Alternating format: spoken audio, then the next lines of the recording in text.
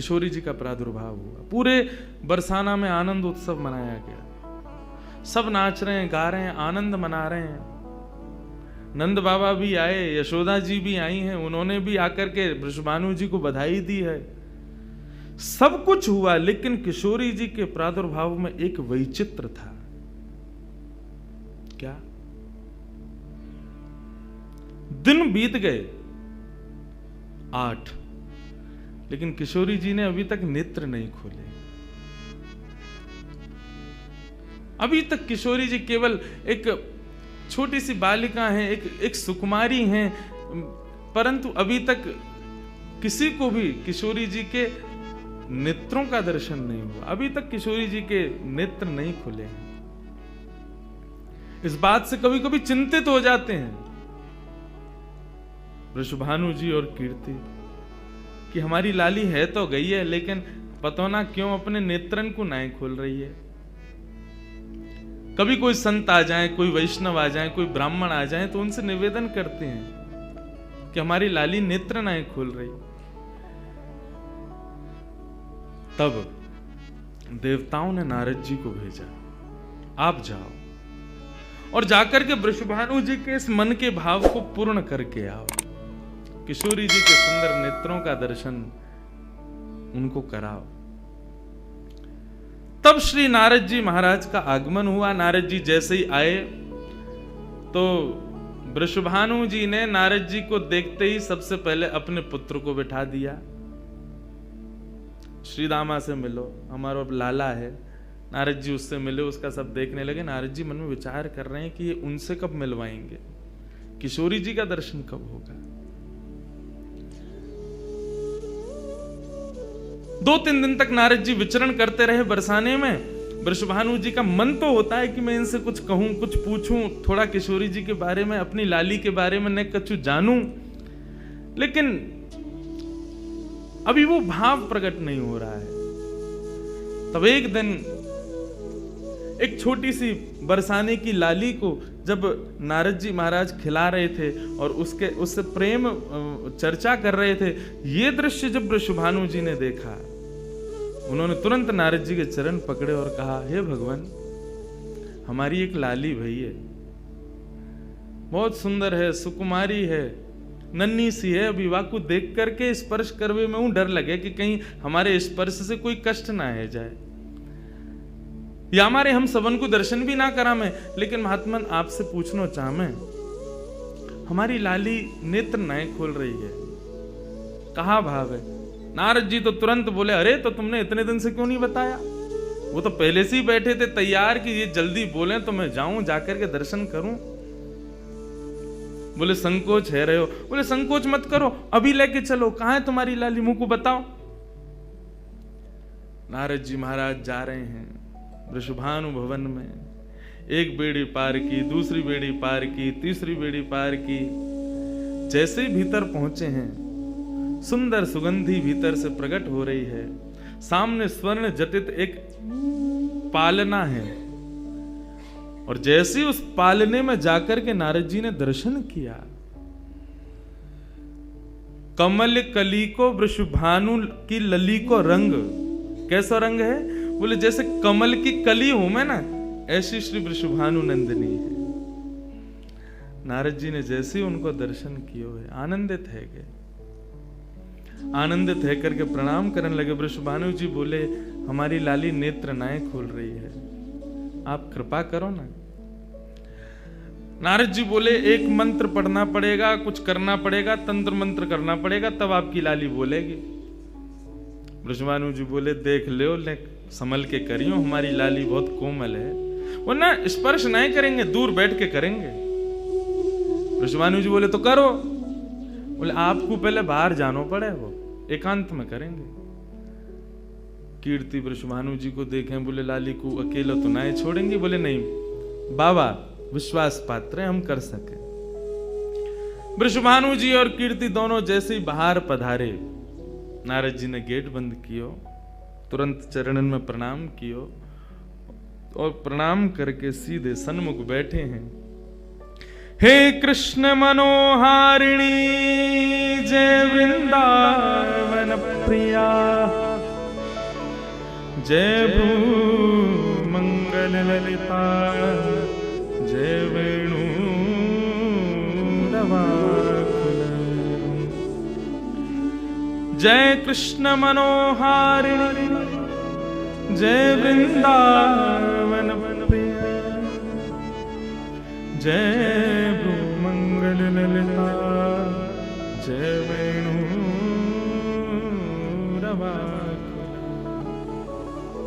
जैसे ही नारद जी के मुख से ये शब्द प्रकट हुआ, जय कृष्ण मनोहारिणी, ये कृष्ण मनोहारिणी शब्द जैसे ही नन्ही सी श्री किशोरी जी के कान में कृष्ण शब्द गयो, कृष्ण शब्द जाते ही नन्ही सी किशोरी जी के नेत्र अपने आप धीरे धीरे धीरे धीरे खुलन लगे, मुख पर एक प्रसन्नता सी प्रकट हो गई। नन्ही सी किशोरी अभी अभी करवट लेनो भी नहीं जाने, लेकिन जैसे ही बार बार ये श्लोक का गान नारद जी के द्वारा हो रहा है, जय कृष्ण मनोहारिणी जय वृंदावन प्रिय, इसको सुनकर के किशोरी जी जो अभी करवट लेनो भी ना जाने, वो अपने पालना को पकड़ करके अपने पालना से उछक करके वहीं से झांक करके श्री नारद जी को देख रही हैं। और नारद जी ने जैसे किशोरी जी के रूप को देखो है, सुंदर मृगनयनी किशोरी जी आज नारद जी को देख रही हैं। मुख में भी दांत ना है, बिना दांतन के किशोरी जी के मुखमंडल की प्रसन्नता देख करके नारद जी आनंद विभोर हो गए। नारद जी बोले, आपको ये कीर्तन भायो, आपको ये कीर्तन प्रिय लगो? किशोरी जी के मुख से केवल किलकारी निकल रही है। नारद जी ने उठाई अपनी वीणा करताल और जय कृष्ण मनोहारिणी जय वृंदावन प्रिय, और इसी का कीर्तन करते हुए वहां नाचने लगे, नृत्य करने लगे, चारों ओर घूम रहे हैं। बीच में पालने में श्री किशोरी जी बैठ करके और करताल बजा रही हैं, और करताल बजा करके आनंदित हो रही हैं। ब्रजभानु जी बाहर खड़े बोले कि भीतर तो कीर्तन चल रहा है, करताल की आवाज आ रही है, वीणा बज रही है। तभी उनने कान लगा करके सुनो तो नारद जी गा रहे, जय कृष्ण मनोहारिणी जय वृंदावन प्रिय जय भ्रू मंगल ललिता जय वेणु रवाकुल। वृषभानु जी ने ये स्वर सुन लिया, लेकिन जैसे ही थोड़े से गए हैं और खिड़की में जाकर के भीतर झांक करके देखा, अद्भुत दृश्य। नन्ही सी किशोरी ज्यादा से ज्यादा 8 दिन की होंगी, 10 दिन की होंगी, अपने पालना में पौड़ करके स्वयं को झुला रही हैं, करताल बजा रही हैं। चारों तरफ नारद जी वीणा बजा करके करताल बजा करके आनंद से किशोरी जी को मुखोल्लास कर रहे हैं। ये दृश्य देख करके श्री वृषभानु जी को एक बार तो मूर्छा आ गई, मैं वास्तव में 8 दिन की बालिका को देख रहा हूं। उन्होंने कीर्ति को कुछ नहीं बताया। नारद जी महाराज ने प्रणाम किया। तब किशोरी जी की सहचरियां प्रकट हुई और कहा कि हे नारद, आपने हमारी किशोरी जी को बहुत सुख प्रदान किया है। जब कभी भी आपको ऐसा दर्शन करना हो तो हम आपको कुछ स्थान बता रहे हैं। गोवर्धन, श्री यमुना पुलिन और ब्रज कुंज, इन 3 स्थानों पर आप जब कभी भी हमारी किशोरी को स्मरण करके यही कीर्तन को गान करोगे, किशोरी जी को यही स्वरूप आपको दिखेगा। ये हमारा वरदान है आपको, क्योंकि आपने किशोरी जी कृपामयी तो हैं। लाल जी 10 बार विचार करेंगे कृपा करवे में, किशोरी जी विचार थोड़ी करें, वो तो तुरंत करुणा करें। नारद जी जाओ, जब कभी भी लाडली को दर्शन करना हो यही भाव से कर लियो। नारद जी महाराज के नेत्र सजल है गए, किशोरी जी के चरणन में बारंबार प्रणाम कियो और प्रणतिपात करते हुए वहां से प्रस्थान कर गए। किशोरी जी फिर से नेत्र बंद करके अपने पालना में पौड़ गई। कीर्ति जी बोली, बाबा आयो, टोना टोटका करके गयो, तब वो हमारी लाली के नेत्र तो खुले नहीं। कीर्ति जी गोद में लेकर के सुला रही है, नेक नेक थोड़ी सी संकुचित है करके रुदन करना प्रारंभ कियो। सो इतने में वृषभानु जी आए और वृषभानु जी बोले, नेक दियो लाली को। और किशोरी जी को गोद में लेकर के वृषभानु जी बोले, हे कृष्ण मनोहारिणी। जैसे ही बोले तुरंत किशोरी जी के नेत्र फिर से खुल गए, फिर से अपने किलकारी भर करके कीर्तन में करताल बजाने लगी, आनंद विभोर हो गई। अब तो जैसे ही ये भाव देखो, वृषभानु जी ने कीर्ति को सुनायो, कीर्ति भी वही गा रही है, पूरा बरसानो आकर के श्री कृष्ण कीर्तन करने लगो, और बीच में मध्य में बैठ करके किशोरी जी अपनी करताल बजा रही हैं, किलकिल करके हंस रही हैं, इतनी आनंद विभोर रह रही हैं। तब सबन को ये भेद पतो चलो, कहा कि ये श्री कृष्ण की आत्मा है, ये उनसे विलग नहीं है, वे ही आपको सर्वस्व है। निश्चित ही पूर्व में ही ऐसी कथाएं आती हैं कि नंद बाबा ब्रजबानु जी ने पहले ही कह दी कि भैया हमारे अगर बालक भयो तो हम ब्याह कर देंगे, संबंध बनाएंगे। और आज वही भाव उन सबको वहां दिख रहा था। हे कृष्ण मनोहारिणी, यदि नित्य कोई श्री किशोरी जी का स्मरण करे और जब भी किशोरी जी के दर्शन करे, किशोरी जी के सन्मुख बैठे, इस भाव को कहे, हे कृष्ण मनोहारिणी, हे कृष्ण के मन का हरण करने वाली, या हे कृष्ण जय कृष्ण, कृष्ण ने जिनके मन का हरण किया, दोनों भाव हैं इसके। जो कृष्ण के मन का हरण करे या जिसने कृष्ण के मन का हरण किया है, ऐसी श्री किशोरी जी आज भी प्रसन्न होती हैं इस कीर्तन को सुनकर के। ऐसी हमारी ब्रज की शोभा, ब्रज की भूपा, ब्रज की अधिष्ठात्री, ब्रज की रानी श्री किशोरी जी को या प्रकार से प्रादुर्भाव है, या प्रकार से श्री किशोरी जी या धराधाम पर पधारी। हमारे जैसे वृंदावन में राधे राधे को भाव है, बिहारी जी के सामने भी जय जय श्री राधे के हैं, सबके हैं। ऐसी जब भी किशोरी जी के सामने जाओ तो कृष्ण नाम को उच्चारण करो। अपोजिट चलें सब जगह। राम जी के सामने जाओ हनुमान जी के भाव को, हनुमान जी के सामने जाओ राम जी को कीर्तन करो, कन्हैया के सामने जाओ किशोरी जी को कीर्तन करो, किशोरी जी के सामने जाओ श्री ठाकुर जी को कीर्तन करो। हनुमान जी को ही हनुमान चालीसा सुनाओगे तो हनुमान जी प्रसन्न नहीं होंगे, राम जी को सुनाओ। और राम जी के सन्मुख जब हनुमान जी के सन्मुख जब जाओ तब राम जी को कीर्तन करो। ऐसे ही जब ठाकुर जी के सन्मुख जाओ तब किशोरी जी को भाव रखो, और किशोरी जी के सन्मुख जाओ तब ठाकुर जी को प्रेम भाव रखो। यही भाव है। एक कथा ये तो थी किशोरी जी कैसे प्रकट भई, कैसे उनके भाव। अभी एक भूमिका सी बना लो, न एक तुम मुझे पहचान लो, न एक मैं तुम्हें पहचान लूं, और न एक यहाँ को वातावरण में, न एक मैं ढल जाऊं। इतना अत्याचार मत करो, जल्दी आन दो मुझे।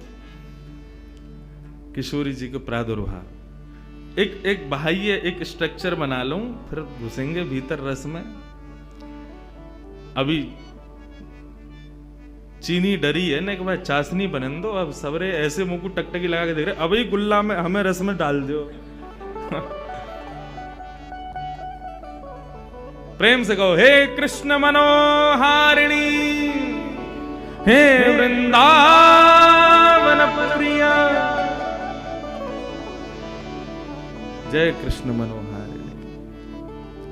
एक सुंदर पद है ये, तो रहो किशोरी जी को प्रादुर्भाव को भाव।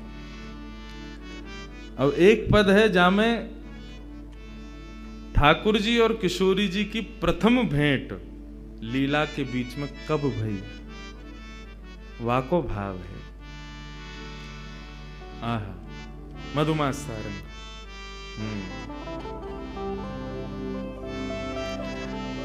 श्री सूरदास जी महाराज वर्णन कर रहे हैं किशोरी जी और ठाकुर जी को प्रथम मिलन कैसे भयो। ठाकुर जी खेलवे के काजे निकले हैं अपने घर से, अपने भवन से, और यहां किशोरी जी भी आज भ्रमण करती करती आ गई हैं श्री वृंदावन यमुना पुलिन पर। वहीं दोनों को मिलन है वे वारो श्री सूरदास जी वर्णन कर रहे हैं। किशोरी जी के प्रादुर्भाव को भाव सुनो, अब प्रथम मिलन को भाव सुनो, फिर के बाद एक भाव और सुनेंगे। ठाकुर जी और किशोरी जी को प्रथम मिलन कैसे भयो। सूरदास जी को पद है, सब मेरे पीछे पीछे गई हूं। खेलत हरि निक से ब्रज खोरी, खेलत हरि निक से ब्रज खोरी, खेलत हरि निकले ब्रज खोरी, खेलत हरि निक से ब्रज खोरी, खेलत हरि निकले से ब्रज खोरी, खेलत हरिनिक से ब्रज खोरी। देखो मेरो साथ तो देनो पड़ेगा, आप पीछे पीछे गानो पड़ेगा। भले ही राग में मत गाओ लेकिन अनुराग में गाओ, क्योंकि जब आप सब एक साथ एक नाद ब्रह्म को प्रकट करोगे तो निश्चित ही यहाँ पर फिर ये सब दृश्य नहीं दिखेगा। सच में ऐसा लगेगा ठाकुर जी जा रहे हैं खेलवे के काजे। ये अष्ट सखाओं के पद, ब्रज के भक्तन के पद, ये साधारण नहीं है। इनमें आज भी सामर्थ्य किशोरी जी को आपके सामने प्रकट करने की, ठाकुर जी को आपके सामने नृत्य करावे की, लेकिन अनुराग से गाओ, भाव से गाओ। खेलत हरिनिक से ब्रज खोरी, खेलत हरिनिक से ब्रज खोरी। कटि कछनी पीतांबर बांधे, कटोमणि सूरदास प्रभु रस शिरोमणि, सूरदास प्रभु रसिक शिरोमणि, दास प्रभु रसिक शिरोमणि। सूरदास प्रभु रसिक शिरोमणि, सूरदास प्रभु रसिक शिरोमणि। पातन मुरई राधिका भोरी, पातन मुरई राधिका भोरी। पूजत श्याम कौन तू गोरी, पूजत श्याम कौन तू गोरी। पूजत श्याम कौन तू गोरी, पूजत श्याम कौन तू गोरी। कौन हो आप? कहाँ ते आई हो? तुम्हारे बाबा कौन है? तुम्हारा नाम कहाँ है? मैंने कभी ब्रज में तो देखो ना। किशोरी जी बोली हम ब्रज में आके करेंगे भी कहा, हमारे बाबा ने इतना बड़ो भवन बना रखो, हम तो वहीं खेलें। वो तो आज हम खेलते खेलते आ गए और ब्रज में आवे में तो हमें डर लगे, यहाँ तो एक चोर रहे। हमारी मैया बाबा बतामे उस सबन की चोरी कर ले, हमारे हम डर के मारे आमे ही ना है। ठाकुर जी बोले मैंने कहा चुरा लियो तुम्हारो। किशोरी जी बोली मोह को लगे तुम ही वो चोर हो। ठाकुर जी बोले तो मैंने कछु चुराया तुम्हारो? न चुराया तो कछु ना है, तो फिर आप ऐसा क्यों सोच रही हो कि मैं चोर हूं? और बल्कि एक बात कहूं, मेरी और तुम्हारी जोड़ी तो जच और रही है। देखो तुम गोरी गोरी, मैं सांवरो सो, बढ़िया लगेंगे संग में रहेंगे, तो चलो खेलवे चलो हमारे संग। सूरदास प्रभु रसिक शिरोमणि, ऐसे रसिकन के शिरोमणि हैं ठाकुर जी। बाग पटुता तो इतनी बढ़िया उनके पास में, ऐसे मना लें। बातनी मुरई राधिका भोरी, भोरी सी राधिका रानी को उनने अपनी बातन में फंसाए लियो, और पहले ही मिलन में किशोरी जी को हाथ पकड़ करके अपने संग खिलावे ले गए ठाकुर जी। प्रथम मिलन को यह भाव श्री सूरदास जी वर्णन कर रहे हैं। बंधुओं, श्रीमद् भागवत का एक भाव सुनो। वैसे तो यहां पे सब श्री राधा दास ही बैठे हैं, लेकिन जिनको कृष्ण विरह व्याप्त है उनके लिए श्रीमद् भागवत में एक सूत्र बताया कि तुम्हारी भक्ति कभी इतनी प्रबल हो जाए, इतनी श्रेष्ठ हो जाए कि तुमको कृष्ण विरह होने लग जाए, ठाकुर जी के विरह में नेत्रों से आंसू ना रुकें, ऐसी स्थिति यदि तुम्हारी हो जाए तो उस समय तुमको क्या करना चाहिए। ठाकुर जी तो बड़े नटखटे सामने प्रकट होंगे ना। तो ये कथा भागवत में ऐसी बताई गई कि जब ठाकुर जी अपनी लीला संवरण करके गए, तब भगवान 16,100 पटरानियों को द्वारिका में छोड़ गए, 8 पत्नियों को अपने संग ले गए। उन 16,100 पटरानियों को अपने संग लेकर के भगवान के परपौत्र वज्रनाभ लेकर के वृंदावन आ गए थे। बहुत ध्यान से सुनिएगा। वृंदावन पधारे भैरव, बहुत ध्यान से सुनिए।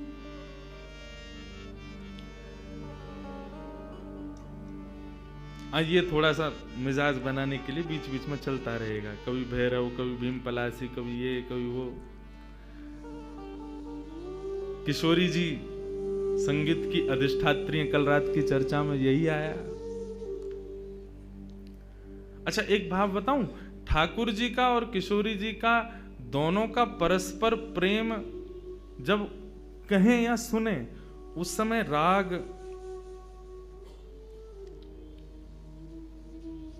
पीलू यदि सुना जाए, ठाकुर जी के परस्पर प्रेम का भाव प्रकट होता है पीलू राग में। कल के विषय में उसको रखेंगे, आप देखिएगा। ठाकुर जी का जब परस्पर प्रेम किशोरी जी के संग होता है, उस समय मानो ऐसा लगता है कि वेणु राव कोई और नहीं, श्याम सुंदरी कर रहे हैं। अन्यत्र कोई भी वाद्य बज रहा है तो ऐसा लगेगा मानो साक्षात किशोरी जी बजा रही हैं। ये मेरा अनुभव है व्यासपीठ का। जब श्यामा श्याम के परस्पर प्रेम का वैसे तो भाव मैं कहता नहीं, क्योंकि अनधिकारी लोग हैं, सबके मध्य क्या कहना, लेकिन कभी यदि भाव आता है और प्रकट होने लग जाता है, तो उस समय यदि पीलू भाव हो तो सच में ऐसा नहीं लगता वंशी वाले भैया बजा रहे हैं, ऐसा लग रहा है श्याम सुंदर बजा रहे हैं। वैन जो बजता है तो ऐसा लगता है कि मानो स्वयं से किशोरी जी बजा रही हैं। उन्हीं के दोनों भाव से ये सब संगीत प्रकट हो रहा है। तो ये संगीत तो माध्यम है, इसी से ही दोनों का परस्पर प्रेम प्रकट हो। बहुत ध्यान से सुनना। तो वज्रनाभ जब भगवान की 16,100 पटरानियों को लेकर के वृंदावन आए, कृष्ण पटरानियां विरह में रहती हैं श्याम सुंदर के, इतना स्मरण करती हैं कि उनको दिन रात केवल ठाकुर जी का ही स्मरण होता है। कहां है श्याम सुंदर, कैसे हैं श्याम सुंदर। एक दिन वृंदावन में विचरण करती हुई समस्त कृष्ण पटरानियां यमुना पुलिन पर पहुंची और बहती हुई कलकल निनाद करती हुई उस यमुना का जब दर्शन करती हैं, तब यमुना जी से कहती हैं, हे यमुना, हम कृष्ण पटरानियां हैं, हमको इतना विरह व्याप्त है, हमको इतना कष्ट हो रहा है,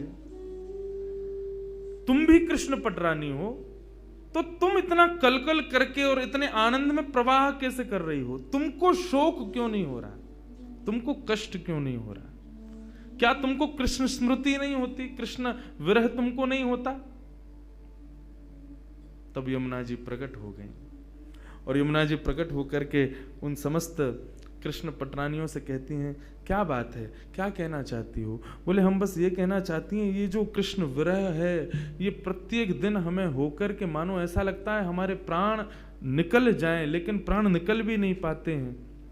हमारी स्थिति अवर्णनीय है, हम उसका वर्णन नहीं कर सकते। तुमको प्रसन्नता में बहते देख हमारे मन में ये प्रश्न उठ रहा है कि तुमको कृष्ण विरह क्यों नहीं है, तुम बताओ ना। तब यमुना जी कहती हैं, मुझे भी हुआ था कृष्ण विरह तुम्हारी तरह, संपूर्ण यमुना सूख गई थी वृंदावन में, लेकिन मुझे इस पृथ्वी पर लाने के लिए कृष्ण ठाकुर जी से प्रार्थना की थी किशोरी जी ने।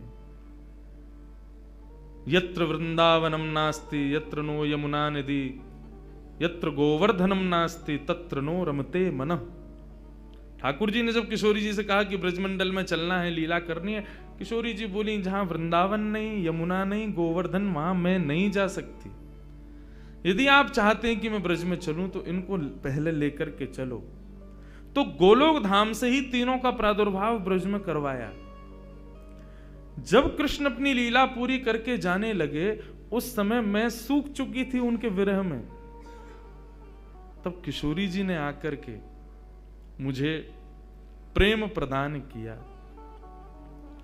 और किशोरी जी के भाव में, किशोरी जी के दर्शन में, किशोरी जी के रूप में सदा कृष्ण रूप दिखता ही है, वो छुपा हुआ रहता है, वो दिखाई नहीं देता। लेकिन यदि कोई निरंतर किशोरी जी का दर्शन करे तो ऐसा ही लगेगा कि मानो श्याम सुंदर सामने बैठे हों, और श्याम सुंदर का निरंतर दर्शन करे तो ऐसा लगेगा मानो किशोरी जी बैठी हूं। यदि किसी ने ऐसा दर्शन नहीं किया कि श्याम सुंदर में किशोरी जी दिखें और किशोरी जी में श्याम सुंदर दिखें, तो मानो उसने भी दर्शन ही नहीं किया है।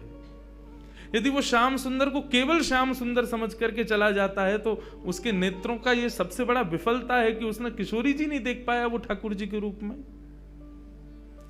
भागवत में श्री यमुना जी कहती है, भागवत में 2 महात्म्य, दूसरे महात्म्य में श्री यमुना जी कहती हैं, यदि तुम्हें कृष्ण विरह से बचना है तो आत्मा रामस्य कृष्णस्य ध्रुवमात्मास्ति राधिका तस्य दास प्रभावेण विरहोस्मान् संस्पृशे। आत्मा रामस्य कृष्णस्य, हमारी आत्मा कौन है? हमारी आत्मा कृष्ण है। और कृष्ण की कौन है? ध्रुवमात्मास्ति राधिका, कृष्ण की आत्मा है राधिका। हमारा शरीर में 10 नौकर दिए ठाकुर जी ने हमको, आंख, नाक, जीभ, कान, हाथ, पैर, गुप्त इंद्रियां आदि, ये 10 नौकर हैं। परंतु आप कभी चिंतन करो, ये 10 के 10 नौकर सेवा किसकी करते हैं? आत्मा की। आत्मा को जो चाहिए 10 के 10 उसके सामने प्रस्तुत करते हैं। आंख कहते हैं ऐसा दृश्य दिखाओ, तुरंत हम भाग दौड़ करते हैं, पैसे कमाते हैं, फ्लाइट पकड़ते हैं उस दृश्य को दिखाने के लिए। उससे होता क्या? बहुत अच्छा लग रहा है। किसको लग रहा है? आत्मा को लग रहा है। मुझे तो रसगुल्ला खाना है। क्यों खाना है? किसको अच्छा लगेगा? जीभ को। जीभ पर कितनी देर रसगुल्ला टिकता है? ज्यादा से ज्यादा 1 मिनट। उसके बाद वो सुख किसके पास जाता है? आत्मा के पास। गर्मी हो रही है, एसी चलाओ, त्वचा पर एसी का स्पर्श होता है, लेकिन प्रसन्नता किसको होती है? आत्मा को। हमारी प्रत्येक इंद्रिय का कर्म प्रसन्न करता है आत्मा को। और वो आत्मा किसकी प्राप्ति करती है? कृष्ण की। तो सोचो वो कृष्ण की आत्मा कौन है? उन कृष्ण की आत्मा राधा है। हमारी आत्मा कृष्ण, कृष्ण की आत्मा राधा। मतलब जिस प्रकार हमारा शरीर पूरे दिन सेवा में लगा रहता है, हमारी आत्मा की प्रसन्नता में, ऐसे ही कन्हैया लगे रहते हैं किशोरी जी की प्रसन्नता में, पूरे दिन उनकी सेवा में। तो बोले तस्य दास प्रभावेण। गलती कर रही हो, श्याम सुंदर के चरण छोड़ो, बहुत एविला आदमी है, पूरे दिन एक पता नहीं ना जाने किस गुमान में रहता है। यमुना जी कह रही हैं, बोले उनका दासत्व छोड़ो, तो बोले वो जिसके दासत्व में रहते हैं उन किशोरी जी की शरण में जाओ। तस्य दास प्रभावेण विरहोस्मान्न संस्पृशेत। तुम जैसे किशोरी जी के शरण में जाओगे तुमको विरह नहीं होगा। क्यों? श्याम जिनके चरण। कभी भी तुम्हारी इच्छा हो श्याम सुंदर का दर्शन करना है, किशोरी जी से ने प्रार्थना कर दियो, लाडली जी ने कन्हैया को दर्शन करना। बोले कृष्ण का शब्द उच्चारण करती है राधा रानी, इतने में तो कन्हैया सामने होते हैं। इसलिए उनके दास बन जाओ, तुमको विरह कभी नहीं होगा। विरहोस्मान्न संस्पृशेत। हमारे ब्रज के भक्त हुए कृष्णदास, नित्य ठाकुर जी को माला पहनाते थे अपने हाथ से। महाभारत में अनुशासन पर्व में भीष्म पितामह कहते हैं कि यदि कोई व्यक्ति 12 वर्ष तक बिना नागा किए एक नियम का पालन करे तो 12 वर्ष के उस नियम का प्रभाव ये होगा, जिस देव को चाहेगा, जिस ब्रह्म को चाहेगा, जिस रूप को चाहेगा अपने सामने प्रकट कर सकता है। आज भी ये संभव है, लेकिन याद रहे एक दिन भी वो नियम टूटना नहीं चाहिए। ये भाव उन महात्मा ने सुना, कृष्णदास जी ने। मुझे बहुत प्रिय है कृष्णदास जी का भाव। उन्होंने एक ही सेवा अपना ली। जब कथा में सुनकर के गए कि 12 वर्ष तक कोई नियम अपना लिया जाए और 12 वर्ष तक उसको बेनागा पूर्ण किया जाए, तो 12 वर्ष के बाद जिस देव को चाहोगे, जैसे चाहोगे वैसे उसका दर्शन हो सकता है। तो नित्य माला बनाते थे अपनी कुटिया में, और नित्य माला बना करके नंद गांव में, नंद भवन में ऊपर जाकर के कन्हैया को अपने हाथ से पहनाते थे। और उनका भाव केवल इतना था, कन्हैया मैं ये नियम इसलिए अपना रहा हूं कि मैं चाहता हूं जिस दिन 12 वर्ष पूरे हों, 13वें वर्ष का पहला दिन प्रारंभ हो, उस दिन मैं ना आऊं, मेरा कन्हैया मेरे कुटिया पे आए, मैं वही माला पहनाऊंगा। मेरा बस यही नियम है। नित्य ठाकुर जी को माला पहनाते, और माला पहनाने के बाद में कन्हैया के कान में बोलते, लाला 2 साल हो गए, केवल 10 साल रह गए हैं।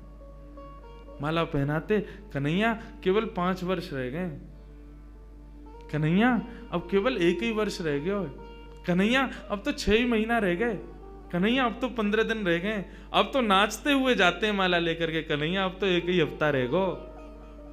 रोज माला पहना में, गर्मी पड़े, सर्दी हो, वर्षा हो, खांसी हो, जुकाम हो, बुखार हो, नहीं छोड़ते थे अपना नियम। आज विश्राम दिवस, 12वां वर्ष का अंतिम दिन, ठाकुर जी के सन्मुख गए, माला गले में धराई, लाला सेवा पूर्ण भई अब मोरी, अब मेरी सेवा पूर्ण, प्रतीक्षा करूंगो, कल 13वें वर्ष को पहलो दिन है, तू आइयो, तेरे काजे देख 56 भोग बनाऊंगो, तेरे काजे बढ़िया जो है माला बना के रखूंगो, एक सेज सजा के रखूंगो, न एक देर पौड़ जाइयो मेरे पास, न एक मोसो बतिया लियो, और लाला तू को जितनो समय मिले तू उतनी देर को आइयो, लेकिन आ जाइयो। और प्रणाम करके उल्टे पांव जा रहे हैं। बोले कि इसका मतलब क्या है? बोले अब कल मैं आऊंगा नहीं, और लाला तू नहीं आयो ना तो जीवन में भूल जाइयो कि मैं कभी आऊंगा। नंदगाम में और नंद भवन में ये मेरा अंतिम प्रवेश है। और प्रणाम करके दिल्ली को चले गए। 56 भोग सजाए, दुनिया भर की सामग्री बनाई, सुंदर सुंदर माला तैयार करी, एक कन्हैया की, बाकी के सबरे ग्वाल बालन की। बोले बछड़ा बछिया आमेंगे संग में, उनको माला पहनाऊंगा, उनके का जो भंडारो है उनके काज भी 56 भोग सजाऊंगा। सबके लिए सब तैयार किया। 13वें वर्ष का जब पहला दिन प्रारंभ हुआ, सुबह से ही राह तक रहे, कन्हैया आ रहे होगो, श्याम सुंदर आ रहे होगो, नंद नंदन आ रहे होगो। अभी श्रृंगार को समय भयो है, धूप की छांव से पता कर लेते हैं कि अभी कौन सा समय चल रहा है। अभी श्रृंगार को समय भयो होगो, अरे लाला व्यस्त होगो, श्रृंगार करके और फिर वाके बाद प्रसाद पाके फिर आवेगो। अभी भी नहीं आयो, कोई बात ना, राजभोग पाके आवेगो, गैया चराते हुए चुपके ते आ जाएगो मेरे पास। अपने मन को सांत्वना दे रहे हैं। दोपहर का समय हुआ, सूर्य बिल्कुल ऊपर, राजभोग का समय चल रहा है। कन्हैया आ रहे होगो, बार बार जामे गुलाब जल लेकर के और छींटे मार करके आ जामे। थोड़ी देर में धूप के ताप से, गुलाब जल से वो पृथ्वी फिर से सूख जाती, ठाकुर जी नहीं आए। गैया चरा के दूर चलोगे होगो, शाम को आवेगो, लौटते समय आ जाएगो, 4 बजे आ जाएगो। सूर्य अस्ताचल को जा रहा है और प्रतीक्षा कर रहे हैं। कन्हैया आ रहे होगो, गुलाब जल को छींटा करें, बार बार माला पे जल छिड़क दें, कहीं कोई मक्खी बैठ नहीं जावे 56 भोग पे, वाको विचार करें और फिर देखने लगे कन्हैया आ रहे होगो। नहीं आए श्याम सुंदर। कोई बात ना, शाम को ओलाई करवा करके और फिर रात्रि को प्रसाद पाके कन्हैया फिर आवेगो। तब भी नहीं आए। शयन का समय हो गया, बाबा एक टक बस बैठे हैं, कन्हैया आ रहे होगा। है सके नंदरानी यशोदा नंद बाबा को शयन करवा के आवेगो। रात्रि हो गई, नहीं आए ठाकुर जी। कृष्णदास जी मुस्कुराने लगे। 12 साल से एक टक बिना नागा किए अपने नियम में लगा हूं। आज तक कुछ नहीं मांगा कन्हैया से, केवल ये मांगा कि मेरी कुटिया पे आ जाइयो, मेरे हाथन से माला पहने, वामू श्रम है रोया को।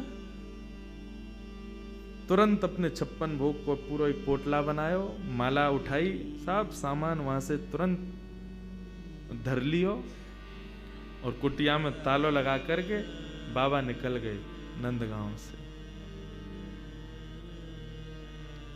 बोले जीवन में नहीं आऊंगा, मेरे जीवन को सबसे बड़ा अपराध है गयो, मैंने 12 साल या कन्हैया को दे दिए या श्याम सुंदर को दे दिए। अरे काय बात को श्याम सुंदर, काय बात को कन्हैया, काय बात को दयालु, एक भक्त की एक मनोकामना ना पूरी कर सके।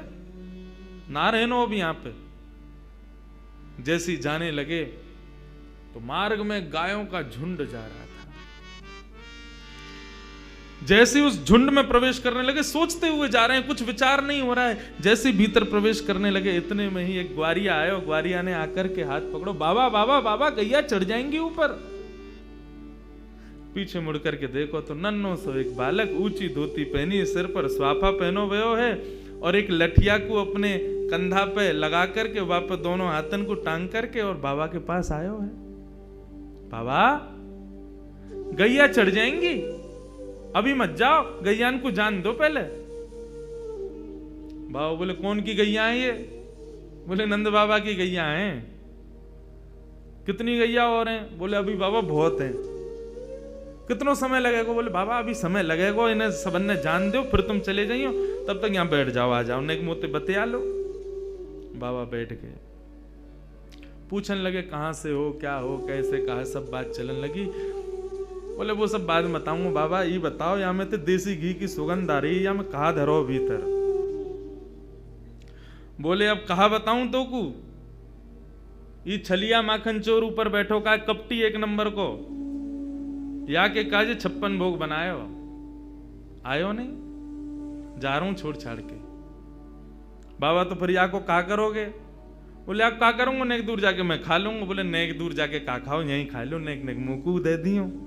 बाबा बोले हाँ ठीक है भाई, चल यहीं खा लें। पोटली खोल करके सब निकाल के सामग्री और बाबा ने खाई, ले तू भी ले ले। बाबा मेरे हाथन में गोबर लग रहा है, गंदे हरे, धोबे जानो पड़ेगो, कहां ते जल लाऊंगो? तो कैसे होगी? बोले आप खवाए दो ना अपने हाथ से। बाबा बोले अच्छा, ऐसे ही तेरो स्वामी ऐसी सबरे गांव के बहु सेवा करवावे, तुम सेवा करवा लो। जान भी प्रेम ते ना दे रहे मुंह को, अब वो अपनी सेवा करवावे गो, पूरा गांव ही 100 है। बाबा एक स्वयं पामे और प्रभा सेवा ग्वारिया को पवा में, फिर स्वयं पामे, फिर ग्वारिया को पवा में, पवाते पवाते पवाते बाबा ने जैसी ग्वारिया को देखो, नेत्र लाल पड़ गए, नेत्रों से अश्रुधार बह रही है। बोले अब रो काई को रोए? बोले मैं यहां हमारे रो रहा हूं बाबा, तुमने आज माला ना धराई मुंह को। बाबा ने कही कौन है तुम? इतने में ठाकुर जी खड़े भये, श्याम स्वरूप प्रकट भयो, मोर मुकुट प्रकट भयो, लकुटी प्रकट भई, वंशी प्रकट भई। ठाकुर जी को सर्वांगीण स्वरूप प्रकट है गयो और प्रकट है करके बाबा को दर्शन देने लगे। बाबा मैं आ गयो, प्रसाद पा लियो, ले माला पहना मुंह को। आज मेरो पूरे दिन मन ना लगो, क्योंकि 12 साल ते रोज तेरे हाथन की बनी माला नित्य मेरे अंग को स्पर्श करती। मुंह को ऐसा ना लगता कि माला स्पर्श कर रही है, मुंह को लगती कि मेरो कृष्णदास मुंह से लिपटो भयो है। आज पूरे दिन व्याकुल रहे हो बाबा, में मुंह को जल्दी अपनी माला पहना, और तू माला पहना के आज मेरो आलिंगन कर ले।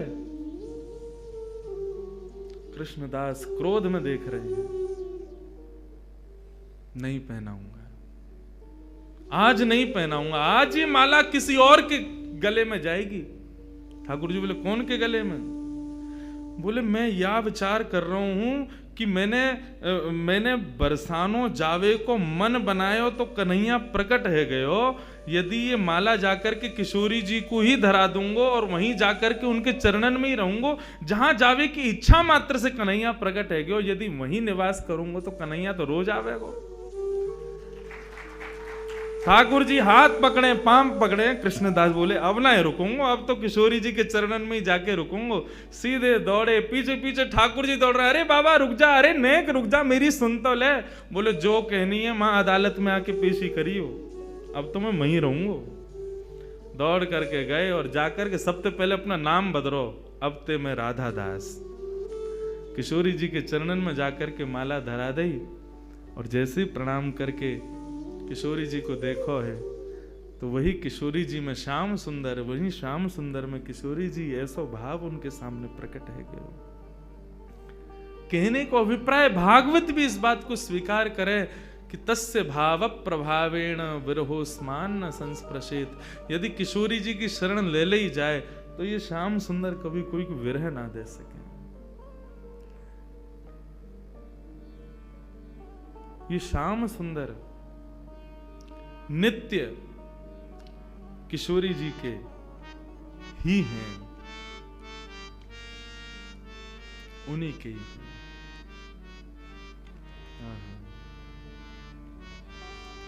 ऐसे किशोरी जी को हम बारंबार प्रणाम करें, बारंबार वंदन करें, वो हम पे कृपा करें।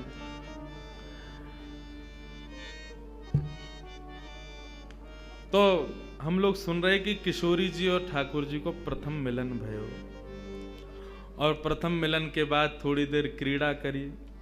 क्रीड़ा करने के बाद श्याम सुंदर बोले, हे लाडली जू, आप कभी हमारे निवास पर पधारो। किशोरी जी बोली, हाँ एक दिन जरूर आऊंगी, काउदना अवकाश भयो। तो अब दोनों जा रही हैं वहां से।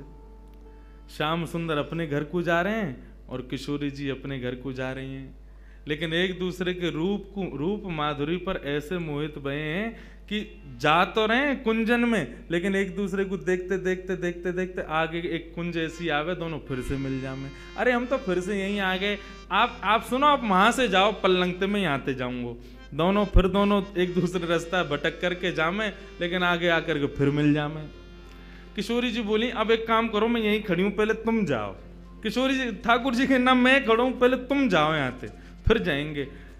ऐसे करते करते पूरा दिन व्यतीत है गयो, ना किशोरी जी जामे ना श्याम सुंदर जामे। दोनों को मन रहे कि हम दोनों संग ही निवास करें, संग ही विराजें, संग में ही आनंद करें। ऐसो भाव हमारे ब्रज में एक बहुत सुंदर भाव गाते हैं किशोरी जी के। सुंदर या भाव, यही भाव को प्रस्तुत करें हमारे ब्रज की भाषा में। कैसे करें? अजीब शुभानु की लली, अजीब शुभानु की लली, या सावरियों स्नेह रो लगाए के चली। अजीब शुभानु की लली, सावरिया सुनेहरा लगाए के चली। अजीब शुभानु की लली, सावरिया स्नेहरा लगाए के चली। अजीब शुभानु की लली, सावरिया सुनेहरा लगाए के चली। अजीब शुभानु की लली, सावरिया स्नेहरा लगाए के चली। अजीब शुभानु की लली, सावरिया सुनेहरा लगाए के चली। बोलो वृषभानु नंदिनी की जय हो।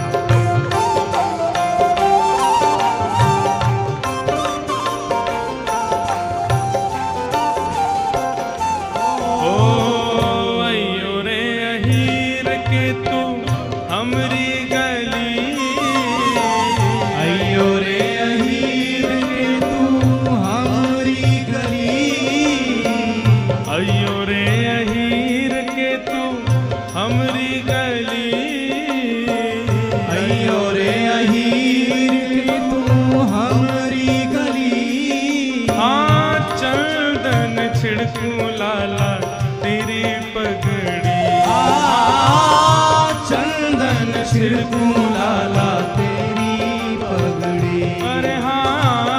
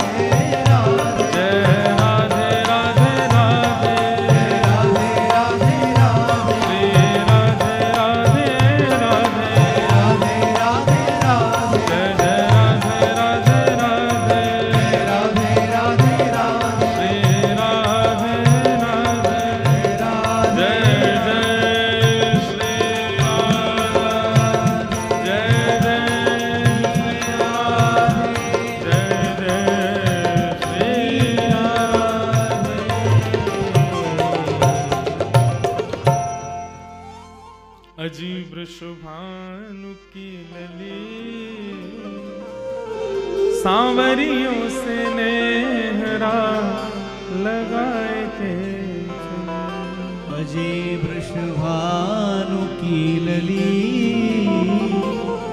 सांवरिया सुनेहरा लगाए के चले। ये शुद्ध विशुद्ध ब्रज को भाव है। हमारे ब्रज में किशोरी जी के, श्याम सुंदर के, अब अकेली किशोरी जी की चर्चा में हूँ सुख नहीं मिले। श्याम सुंदर को पुट होए संग में तभी आनंद आवे। ऐसी श्याम सुंदर की चर्चा में जब तक किशोरी जी नए आमेंगी तब तक रस नहीं आवे। अकेले रसगुल्ला में गुल्ला ही खाओगे तो कहाँ रस मिलेगा? वहाँ के संग में चाशनी होनी चाहिए। तो एक दूसरे के पूरक हैं, इनकी संग में ही चर्चा चलेगी। मैं रोज विचार करूं अकेली किशोरी जी पर कैसे बोलूं। बिना श्याम श्री राधा रानी को वर्णन कैसे है सके? बिना श्याम सुंदर के ये भाव कैसे प्रकट हो? बंधुओं, कल भी चर्चा हुई रात्रि में। अब यहाँ तो क्या कथा, तो ये 3 घंटा सबके सामने है रे, नहीं तो पूरे दिन ही कथा चल रही है। कल भी रात में चल रही, दिन में चल रही है, अब चल रही। आधे तो ज्यादा माल तो ये घर पे ही ले लें मुते यहाँ के काजे नेक नेक छोड़े। हितरवंश महाप्रभु कहते हैं, बसो मोरे नैनन में यह जोरी, नव दुल्हे ब्रजराज सांवरो, दुल्हन राधा गोरी, बसो मोरे नैनन में यह जो। इसीलिए 2 आंख है, ताकि दाहिनी आंख में कन्हैया विराजें, बाएं दाएं आंख में किशोरी जी विराजें और बाम आंख में श्याम सुंदर। क्यों? जब दर्शन करोगे किशोरी जी बाएं में विराज रही हैं, ठाकुर जी दाएं में, लेकिन जब तुम दर्शन करोगे तो तुम्हारी दाहिनी आंख में श्याम सुंदर है तो वहां में किशोरी जी प्रवेश करेंगी, और तुम्हारी बाएं में किशोरी जी तो वहां में श्याम सुंदर प्रवेश करेंगे। इसलिए नहीं तो एक आंख ही बना देते ठाकुर जी यहाँ पे बीच में, बस वातु दिख जा तो हमें पूरी दुनिया देखनी है, वातु देख लेते। ये 2 आंख ठाकुर जी ने यही मारे दई। हितरवंश महाप्रभु कहते हैं यही मारे आपने 2 आंख दई है प्रभु, ताकि दोनों में आप प्रवेश कर सको। हित हरिवंश करीन्यो छावर, हित हरिवंश करीन्यो छावर, चिरजियो यह जोड़ी, चिरजियो यह जोड़ी, बसो मोरे नैनन में यह जोड़ी, बसो मेरे नैनन में यह जोड़ी। एक दिन किशोरी जी जब से मिलके आई हैं श्याम सुंदर से, तब से दिन रात ठाकुर जी को ही चिंतन कर रही हैं।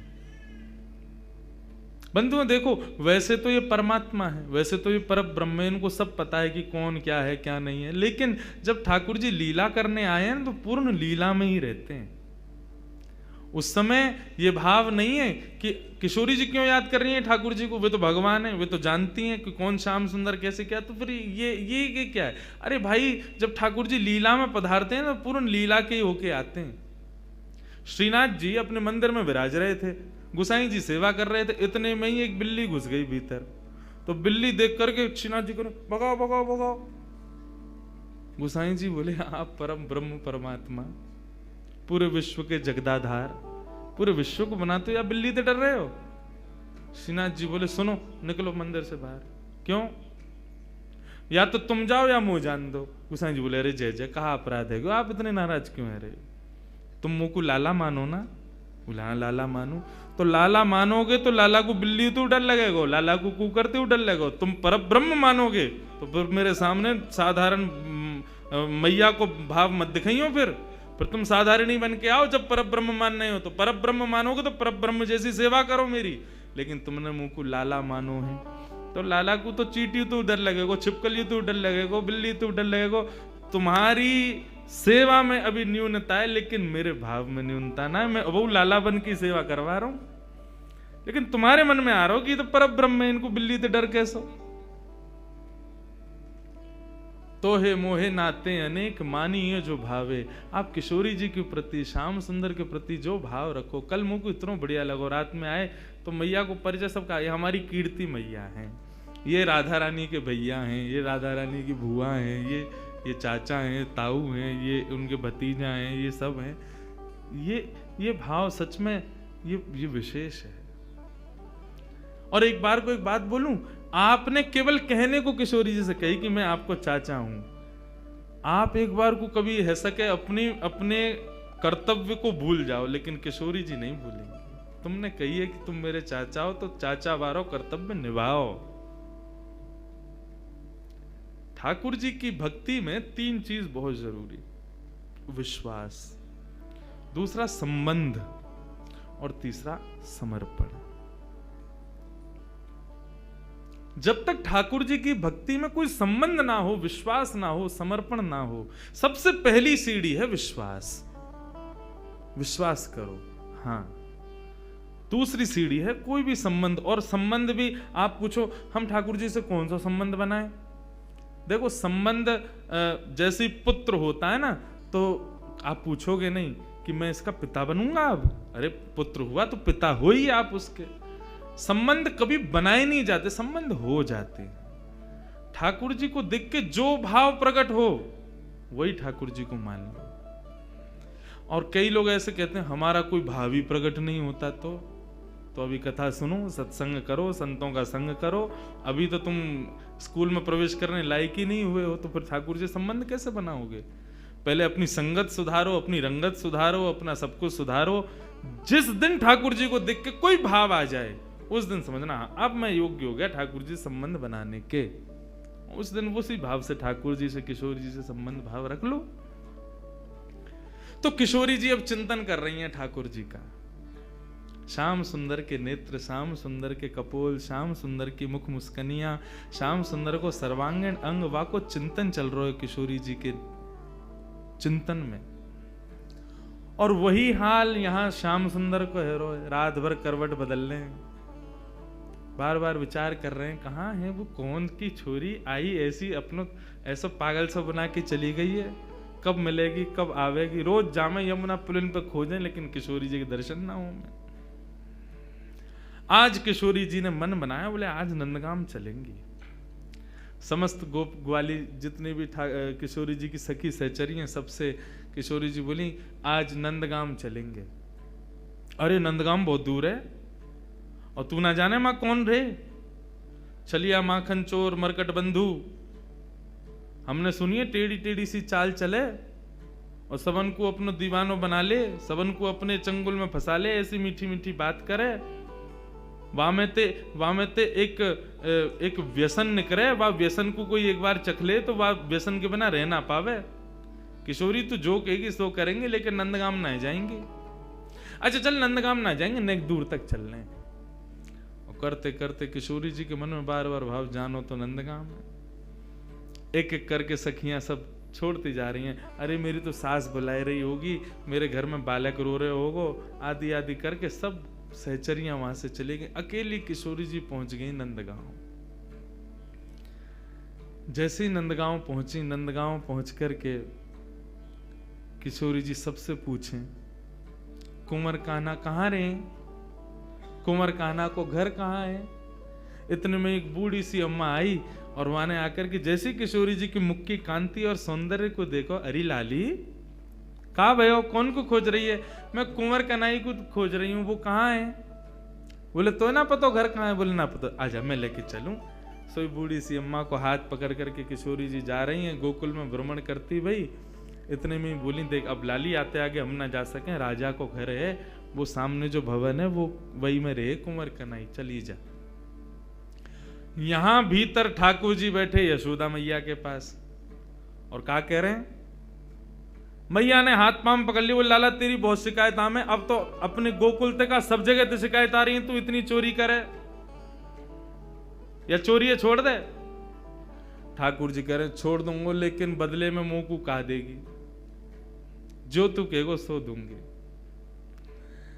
सो खाऊं पर घर ना जाऊं मैया, अब ना करूंगो चोरी, पर सांची कह कब लावेगी, मुंह को तू दुल्हन गोरी। अच्छा दुल्हन चाहिए तो? बोले हाँ मैया दुल्हन चाहिए। कायते के बहू? बोले बहू बाते के जो भोजन करावे, रात में सुवा दे, सवेरे उठाए दे, इन सब सेवा न करे। जो सेवा मेरी तू करे वही सेवा मेरी बहू करेगी। ऐसी बहू लिया मुंह को। लेकिन मैया मेरी पहली सुन ले, मैं जैसी चाहूं वैसी बहू लइयो मुंह को। कैसी बहू चाहिए? भोरी सी होए सुभग छोटी, भोरी सी लइयो, ज्यादा तेज तर्रार भरमू मत लेके आइयो। क्यों? मोह तोते दूर कर देगी, फिर तेरो घर बनवा देगी यमुना के पुलिन पे। तू और बाबा वहीं रही हो, मैं और बहू यहाँ रे करेंगे। भोरी सी होए सुभग छोटी, और सुआ सारी नाक आंख मोटी। पैनी सी तो नाक हो बाकी, कैसी तोता जैसी, और बड़ी बड़ी आंखन वारी होए। और तोते दिखाए मुख घूंघट में, मुस्काए जाए थोड़ी थोड़ी। जैसे ही तू बाके सामने आ जाए करे, सोई घूंघट कर ले, और घूंघट में ती नेक नेक मुस्का जाए करे। ऐसी बहू लिया मैया मुंह को।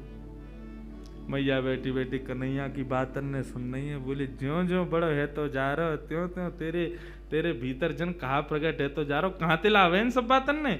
बड़ी आंख वारी चाहिए, पैनी नाक वारी चाहिए, भोरी सी चाहिए, ऐसी चाहिए। कौन सिखावे तो को? मैया देख तू बात मत बदल, बता चोरी छोड़ू कि नहीं छोड़ू? हाँ लालबाए तो छोड़ दे, तो मेरी बात मान ले फिर।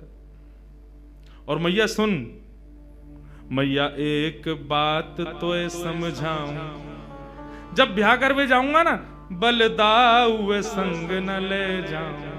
बलराम ना लेके जाऊंगा। मैया बोली क्यों ना लेके जाएगो? मैं कह रहा हूं वो गोरो है, कहीं बहू को मन लास्ट में बदल गो तो बाकी माला पहना दई तो, या हमारे बलराम ना लेके जाऊंगो। मैया एक बात तो समझाऊं, बलदाऊ संग न ले जाऊं। बाबा ते कह के मगवाए दे, चढ़वे को सुंदर घोड़ी। अब घोड़ी मगवा मुकू, अब ब्याह करवे जाऊंगो मैया। मैया बोली लाला ये सब चले तेरे मन में? यही सब करे तू बाहर वन में जाके? ते मधुमंगल श्रीदामा आगे दिन ते यही सब सीख के आवे तू? बंधुओं देखो ये सब चर्चाएं हैं ना, आज देखो यहाँ ज्ञान भक्ति वैराग्य सब बाहर खड़े हैं, यहाँ केवल प्रेम चल लो भीतर। यहाँ पर श्याम सुंदर और किशोरी जी के वही चर्चा जो हम ब्रजवासी को बहुत प्रिय है, जो हम कोई के आगे ना बोलें वो बातें हैं। क्योंकि सब जगह अधिकारी नहीं मिलते ऐसे, यहां मिले हैं तो सुन लो। मैया अभी घोड़ी मंगवा दे, तू तो बाबा ते अभी कह दे मेरे काजी को घोड़ी ले आवेंगे। और मैया मेरी एक बात और सुन ले, मैया एक बात मेरी और सुन ले। कहा गोपिन पे मंगल गबवाए दे। गोपिन ने बुलाया कि अभी तो मंगल गान शुरू करवा दे तू तो घर में, और मोय गोरो दुल्हा बनाए दीजो। ऐसो श्रृंगार कर दियो मेरो कि मैं गोरो है जाऊं। मोय गोरो दुल्हा बनाए दीजो, कहूं हंसे ना वहां की छोरी। मैया मेरो ब्याह करा दे। इतने में ही बाहर से किशोर जी, अरे कुंवर कन्हैया, कुंवर कन्हैया। जैसी किशोरी जी बाहर से पुकारन लगी, श्याम सुंदर बोले मैया मुझे लगा बहू आ गई दिखे, ये तो स्वर का ही सुनो दिखो मैंने। ठाकुर जी दौड़ करके बाहर गए तो सामने किशोरी जी खड़ी हैं। आहा, किशोरी जी को जैसे ही देखो, जैसा रूप भीतर वर्णन कर रहे, जाके काजे कर रहे, वही आ गई। वारे विधाता, तेने कैसी सुनी मेरी? मैं तो मैया ते अभी कह रहे और वही है गया सामने। इतने में ही पीछे से यशोदा जी निकल करके आई, और जैसे ही यशोदा जी ने नंद भवन के द्वार पर नन्ही सी किशोरी जी को देखो है, किशोरी जी को देख करके यशोदा मैया के मन में भाव आयो, अरे विधाता, मेरे मन में तो बचपन से ही हती कि लाला के काज सुंदर सी एक बहू लेके आऊंगी, आदि आदि अभी लाला की बात विनोद में सुन रही, लेकिन हे विधाता, ये जो सामने खड़ी है मेरे, या को रूप कैसा, कैसी कैसे कैसे चपल से नेत्र हैं, या कि कैसी मृगनैनी है, या कि मुस्कान कितनी सुंदर, या कि चाल कितनी सुंदर, या कि रूप कितना सुंदर, मोहित है गई। यशोदा मैया ने परिचय ना पूछो कौन है, सीधी बोली, लाली निक इतकुआ। किशोरी जी पास गई, निक मैं तो कोई हृदय से लगा लूं अपने। हाँ मैया लगाए लो। जैसे किशोरी जी को हृदय से लगायो, यशोदा मैया के नेत्रन से अश्रु प्रपात होने लगो। ऐसी शीतलता को अनुभव, जो शीतलता को अनुभव सदैव कन्हैया को हृदय से लगावे में आवे, वो पहली बार कोई बालक को हृदय में लगावे में आयो है। कौन है लाली, कहां ते आई है, तेरो गांव कहां है? मैया तुम बढ़िया ते जानो मुझे, कौन हो? मैं वृषभानु जी की लाली हूं। कीर्ति मैया, मेरी मैया आपकी बड़ी अच्छी सहेली। अच्छा, वृषभानु की लाली है? बोले हाँ, वही जो घोटून तक काजल लगावे का है, नहीं समझे? बड़ा बड़ा काजल लगाते हैं वृषभानु जी। हाँ वही हैं। हम बे ऐसे तो बड़ो बूढ़ा होगा, लेकिन हम तो खूब बतियावे। आ जाओ बात न बना तो रे।